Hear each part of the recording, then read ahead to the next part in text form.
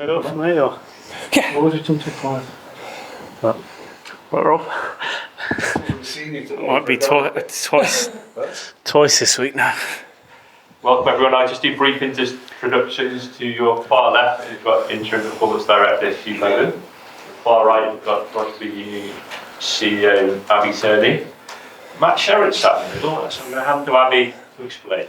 Okay, thank you. Thanks everyone for joining us today at short notice, and apologies that timing shifted around. I'm sure you'll all understand why. So I just wanted to begin by saying a huge thank you to Warren Gatland for his time at Welsh Rugby Union and everything that he's contributed to the game, and also the way he's managed the last 48 hours. And also, most importantly, a massive thank you and welcome to Matt Sherratt. We're delighted to announce him as our new head coach for the rest of the Six Nations tournament. I spoke to Matt last night, and I think, just bear in mind that he's only just heard about this and we're all still processing it, but I'm delighted to have him on board and really looking forward to seeing what happens on the pitch as a result. And at that point, I will open it up to any questions. Abi, if we could just get the logistics out of the way first. Yes. Who made this decision? Was it Warren or yourself? It was a mutual agreement. Did he phone you first or did you phone him? He phoned me. Yeah. But we catch up after the games. He phoned me, said, can I have a conversation? So we had a conversation and we reached a mutual agreement that now it was the best time and in the best interest of Welsh Rugby for him to finish his role. Why in the middle of a campaign has this decision been reached?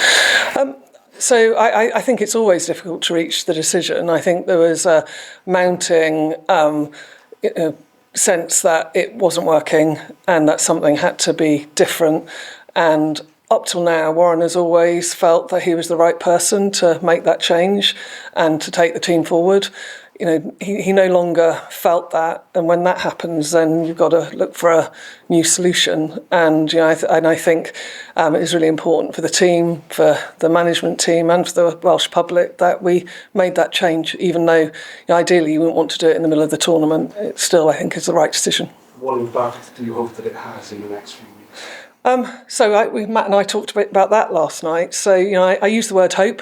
I think bringing hope back to Welsh Rugby, I think kind of ambition, showing some ambition on the pitch, helping the players kind of rebuild their confidence and their mindset. But maybe Matt can talk a little bit more about what he thinks he can do. I've also told Matt there's no magic bullet there. This is a really young team and they're playing their hearts out on that pitch, but something isn't working. But Matt's not going to turn all of that around in 3 games, but hope and ambition, if we can see some of that, then I think I'll be grateful to Matt. Last to yourself, obviously there was a long meticulous review after the autumn campaign. Yep. The decision after that was to back Warren. Yes. 2 games later he's gone. Do you accept that might suggest a bit of muddled thinking on your part? No, I think it was a very thorough review, and I think there was lots of multifaceted reasons why we chose not to make a change then, including, Warren still really wanting to take the game forward, the timing we had leading up to the tournament, the availability of alternatives. You look at all of that, and also data that suggested actually Warren was still the best person, and bringing somebody else in new wasn't going to make a huge difference, and continuity was what was required. So hindsight's a wonderful thing, Matt. These decisions are never easy whenever you take them, but was it the right one? Yes. Matt, I'll come to yourself. You come in obviously a difficult time. Where'd you start? I'll be honest, it feels a little bit like when I started at Cardiff. Obviously, it's pretty well publicised. Cardiff were a little bit lower when I come in, and I think I said to Abi earlier, I think that the first thing is to start with mindset.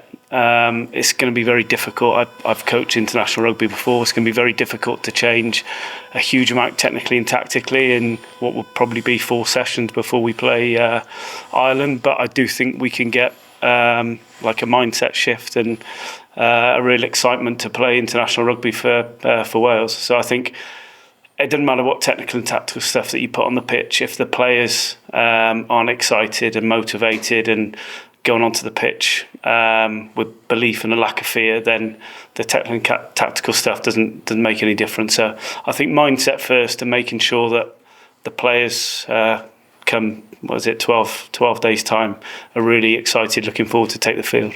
Thanks, Matt. Good luck. Cheers, thank you. So Warren, did Warren say to you that he had enough? No, he didn't use that phrase.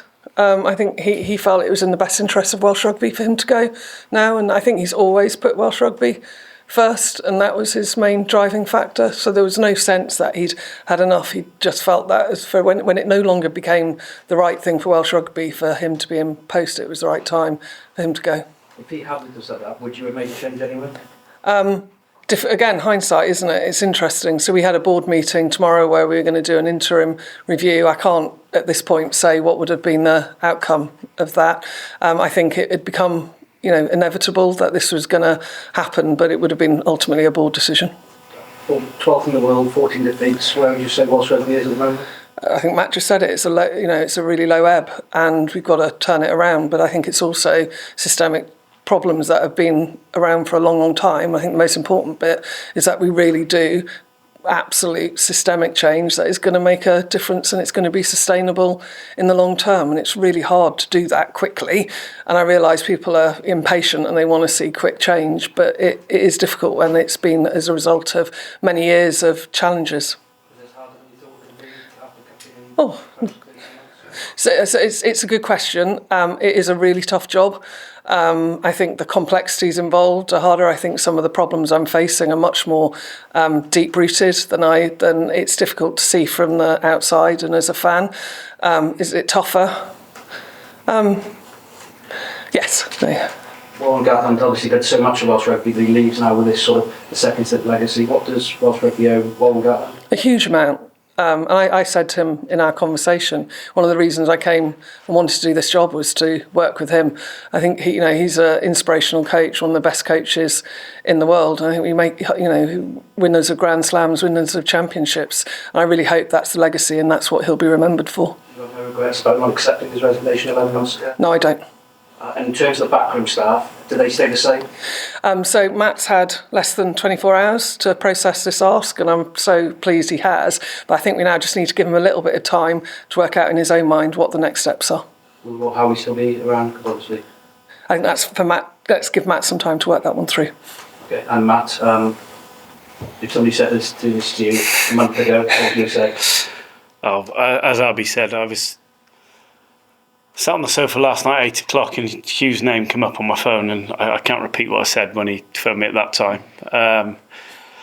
But I've known since 8 o'clock last night, well, I've got offered it at 8 o'clock last night. I've been in sport long enough to know that it's pretty bumpy, and you're never going to be offered an opportunity when things are going well. So it's not something that I expected to happen, but I'll be honest, as soon as I got the phone call, I was looking at it as a player. My background in coaching has been as primary school teacher, community rugby coach, academy coach, senior coach, to have the opportunity to be head coach of a fantastic rugby nation, a group of players that I know pretty well, a staff that I know pretty well, is something that I could never turn down. So it was a surprise, yeah. And there's always obviously a harder side to that with the likes of a class coach like Warren departing Welsh Rugby. But yeah, it's something that it means a massive amount to me. Do you want the job then? Sorry? Do you want the job long term?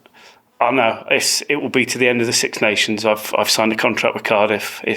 Cardiff's my first head coach job. So listen, there'll probably be a couple of mistakes along the way. I'm learning, but it's not something that I'll be putting my name forward for. I'd like to do it for the rest of the Six Nations, help the squad, do my best for Welsh Rugby, and then I'll be back to Cardiff to try and turn that around there.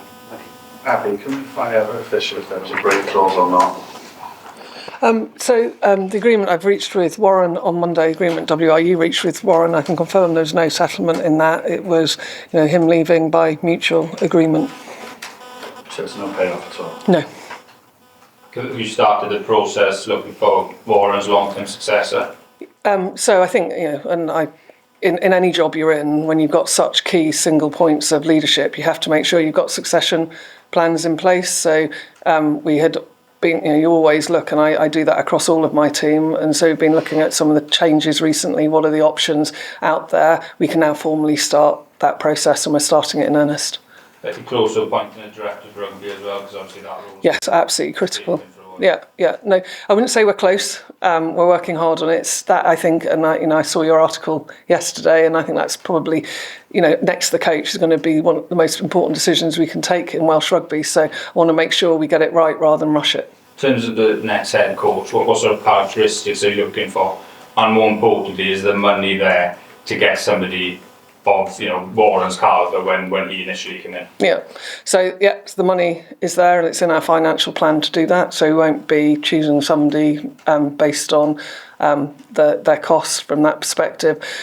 In terms of characteristics, it was quite interesting when Matt was the obvious choice for the interim coach. I think what we're doing with the regions now, somebody who's a natural collaborator, somebody who can work kind of across the ecosystem is going to be really important, because I think that's one of the things that we haven't been able to do as successfully as we should have been able to do in the past. So that's one of the key characteristics. Somebody who can lift a young team and give them that confidence is also going to be really important. Somebody who's got experience of winning will be really important. So there's a number of different things that we're looking at in terms of the criteria that will drive that decision. Matt, can I just ask, are you going to be looking to add any players to the squad? Obviously, a lot of fans would like to see Anscombe and Matt Sherratt. Listen, as I said, genuinely as well, it's not dodging it. I found out 8 o'clock last night. I've had 2 meetings with Cardiff today and run a session and literally sprinted off the pitch as fast as I could, which isn't very fast, and drove here. So until I kind of meet the other coaches and sit down and get my heads together with Huw, then I don't know about that at the moment. Abi, how important is it to get the performance director in first? Because that person, whoever it might be, should surely be the person to appoint. So I think it's a really good question, Rob, and ideally you would want your director of rugby in order to choose and have an input into your head coach. What I wouldn't want to do is if sort of an absolute standout head coach became available at the Six Nations, not take the pragmatic decision of missing out on them before we've got a director of rugby. So ideal, we'll have a director of rugby, even if they're not in position, sort of sat in position, they could input, even if they're in a current job at the moment. But I wouldn't do that at the expense of losing a standout candidate either. And you reverse to going fishing? There's great candidates in jobs in other countries. No, absolutely not. So we're looking at every person out there, really. So no, not adverse to fishing. Yeah. Abi, you said you've only been in the job for 13 months, but given the state, the Welsh men's team, and the fact we're still waiting for that long-term review, many former players are asking what is actually being done. So I guess the question is, in what measurable way has Welsh rugby improved since you've been in post? I think we have now got a strategy, and when you say that we're waiting for kind of the long-term review, we're very close to signing the PRA. So 90% of the strategy is there. When we sign the PRA, that's the final piece in the jigsaw, and that's taken time because I had 2 choices. One thing, and we were talking about that on the way over here, I could have done the new deal by imposing a new deal on the clubs. Would I have then been able to phone up Cardiff yesterday and say, I need your help, and get a really positive and collaborative response? The strength of the relationships, the trust that has now been built with the regions and the WRU, still got a long way to go, but it is so much better than it has been for a long time, and that's taken time, but I think that's a really significant improvement, and you saw some of that in the press release on Friday. But the effort in behind the scenes doing that, when the trust hasn't been there, has taken significant time. I understand there is still quite significant frustration from some former players with the WRU. Yeah, no, absolutely. I can understand that because they care passionately about the game. But when I speak to a lot of the former players, and I do, there's also an understanding that this is many, many years in the making, and it's not going to get fixed overnight. But for as long as we're not winning on the pitch, that frustration, I feel it hugely passionately as well. But I absolutely believe we can turn it around. Abi, is this the last chance saloon? Because we constantly in this I've been long enough. I remember my brother Gareth Jenkins. We go through cycles, and I bumped into a former international yesterday. Didn't even watch the game on the weekend, and that just shows the apathy towards the game in general in Wales. That must be a danger. How worried are you that we're on the precipice here with what's going on? So I think there's a and for a lot of you I've spoken to before, I think there is a crisis in rugby globally in terms of what we're seeing around things such as TV rights, what we're seeing around the fan base, where we're competing with so many other sports and we're struggling to attract younger fans, that there's challenges with the structure of the game and how it's played and is it fast enough and all of those things. So I don't think that's just a Welsh challenge. I think it's more extreme in Wales, and I think Wales is a small country, so it feels that volatility and those ups and downs far stronger, I think, than a bigger country that can ride some of those waves. Which is why the strategy is so important, that we try and this famous phrase, isn't there, flatten that curve so that we're not so exposed to that. And we've got to attract new fans. We've got to build our heroes and stars of tomorrow that, kids want to watch. And that, internationally, does it make me sad when I hear that an ex-international player didn't watch the game? Absolutely. We've got to change that. I think when you look at the profile of the long-term successor, do you look at someone like Michael Checker who has a long-term record of just turning around things quickly, or do you look at someone maybe like Matt, who's a younger coach, more visionary perhaps? How do you look at sort of the profile of them? Yeah, it's a good question, Alex. And I think you look at all of them. And I think, there's a number of different... I don't think there's going to be a one single criteria that's going to fit. It'll be a number of different criteria, and it'll be about cultural fit as much as it is about, experience and all of those as well. So I think, we're not ruling anybody out at this stage, and then we'll go through a really rigorous process to choose the right person. Matt, we're Wales 200 to 1 to win the Triple Crown. Your coach, should we all have a 5 on? I don't think you're allowed to do that, no. We are, I don't know. But what do you expect? Do you want to win? Do you want, one win? Would that be amazing? What would be the thing? Listen, I think when you think of players in a dressing room, so it's my first year as a head coach, but I've been in the game for 20 years, professional sport.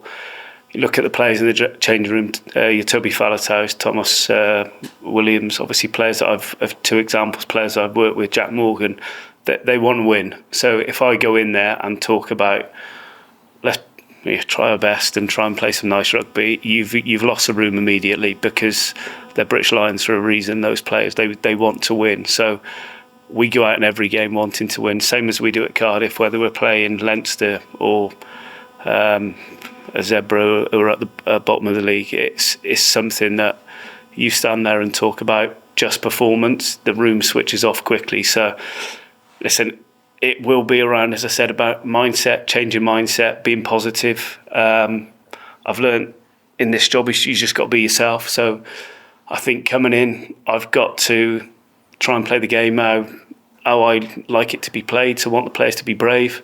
If there's 50-50 decisions, I want them to take the positive options. And hopefully that adds up to a win. But I don't think like performance and winning are separate things. We obviously got to get mindset right, put some structures in place that everyone buys into, and then just have a really, really positive attitude. Like sometimes the opposition are farther down the line than us, and I can't control the result, but they'll still be Monday morning when I meet the squad. We want to beat Ireland, yeah. I know, I'm not getting overly castly about this, but are you learning the accent? Yeah, I'll be on YouTube tomorrow, yeah. We're 12th in the world rankings. Is that a fair assessment of how far we've dropped? But it is, because that's where we are. And so if we face that reality, how do we build to get out of that? So I think we've done a lot of work in the pathway system. This is going to take a lot of time to come through. This hasn't happened as in the last few years. It's been several years in the making, and we've got to overcome that. We got a succession plan in the future needs to be better. We need to address that, ensure that younger players are given opportunities, and balancing that with the experienced players we've had. So, I mean, we all talk about 14, the record runs. Is your department embarrassed about where we are at the moment? I don't think embarrassed is the right word. I think determined is the right word. We're determined to turn it around. I think it's my department's role is to provide Matt and any other future coach with the tools to be successful, and making sure that we are doing everything we possibly can to achieve that. And if Matt talks about mindset, is the passion still there with the youngsters? I think the passion, you could see it in abundance in the under-20s game in Treviso on Friday, where they won their first game away in the Six Nations for 5 years. There was plenty of passion there. They nearly gave it away, and that was maybe because of lack of experience. But the passion, and I don't think you can question the passion of the players or the staff that have been working with the senior team either. I don't think that's been missing. Abi, you say you don't regret accepting Warren Gatland's resignation last year. What would be the realistic target for the next head coach? And will they be allowed to lose 14 consecutive games as well? I think that's a really difficult question to answer, because you set the objectives with that coach, that you give them a chance to look at the team, and part of that will be part of the recruitment process. So by saying, okay, this is where we're at, this is the players you've got, this is the challenges there are, this is the funding, etc. What do you believe you can achieve? Realistically, do you think the next head coach should be looking to achieve? Well, we've set, yeah. Sorry? A series victory in Japan, how many games in the autumn, for instance? So I'm going to push back again and say I think I've got to kind of work with the head coach on that. I think the most important bit is the North Star we've set ourselves, that we want to be in the top 5 in the world again by 2009 and 2029. I do think that is going to take time to do that for all the reasons that Huw has said. And then when the head coach comes in, we'll be setting really clear objectives for the summer series, for the autumn series. I'd like their view, I'd like the director of rugby's view, and we'll set those objectives and we'll go for it. Many will feel Hi, Molly. The parting ways with Warren Gatland, might be the answer right now, potentially, for Welsh rugby as far as the international game is concerned, but it's not going to answer all of Welsh rugby's problems. You talked about a performance director and bringing them in, you talked about the regions. What does this strategy look like? Whether that be in 6 months' time, 12 months' time, 18 months' time, or to the 2027 World Cup, Can you give us a little bit more of an insight into the wider plan? So it's difficult because the strategy is a really detailed strategy with lots of milestones and lots of mini projects and things. And I'm really happy to sit, and I've done it with some people around this table on particular areas. I think the most important bit is the pathways, making sure we've got the pathways really strong, making sure we've got that succession planning, as Huw said, is there, making sure that the regions are funded to a level that allows them to genuinely compete, and that also can attract and keep players in Wales is another really important part of that. A really big bit of the strategy, and it's an ecosystem, and we haven't worked as an ecosystem. So I see the regions, they are our supply chain as a national team, as is the grassroots game, and it hasn't been connected in a way that has meant that that's given sustainable, high quality players. And we saw so many of them leave, and we didn't have any of the level and the experience coming through. So we've got to avoid that again, Molly, and you do that by looking at every part of the system and making sure that it's all working together, and that actually you're all doing it in the interest of overall Welsh rugby, whilst also supporting the fact, as Matt said, for Cardiff, that actually you've got individual clubs there that need to succeed. And obviously then for Huw, what is your role within that? Within the delivering the strategy, yeah. I think there's several parts to it, but from the performance perspective, obviously we talked about the pathway, how strong that pathway is, but ensuring that those players are exposed at the age grade to the appropriate playing opportunities and competitive opportunities. We've seen the changes we've made at the SRC, for example, and then those players going on to play regional rugby in successful regional sides, and perhaps going further in competitions so they get more exposure to higher level, higher intensity competition and regular exposure to high pressure situations that they're going to face at the international level. And the last one then, Abi, on Matt. Why Matt? So it was a very straightforward decision yesterday.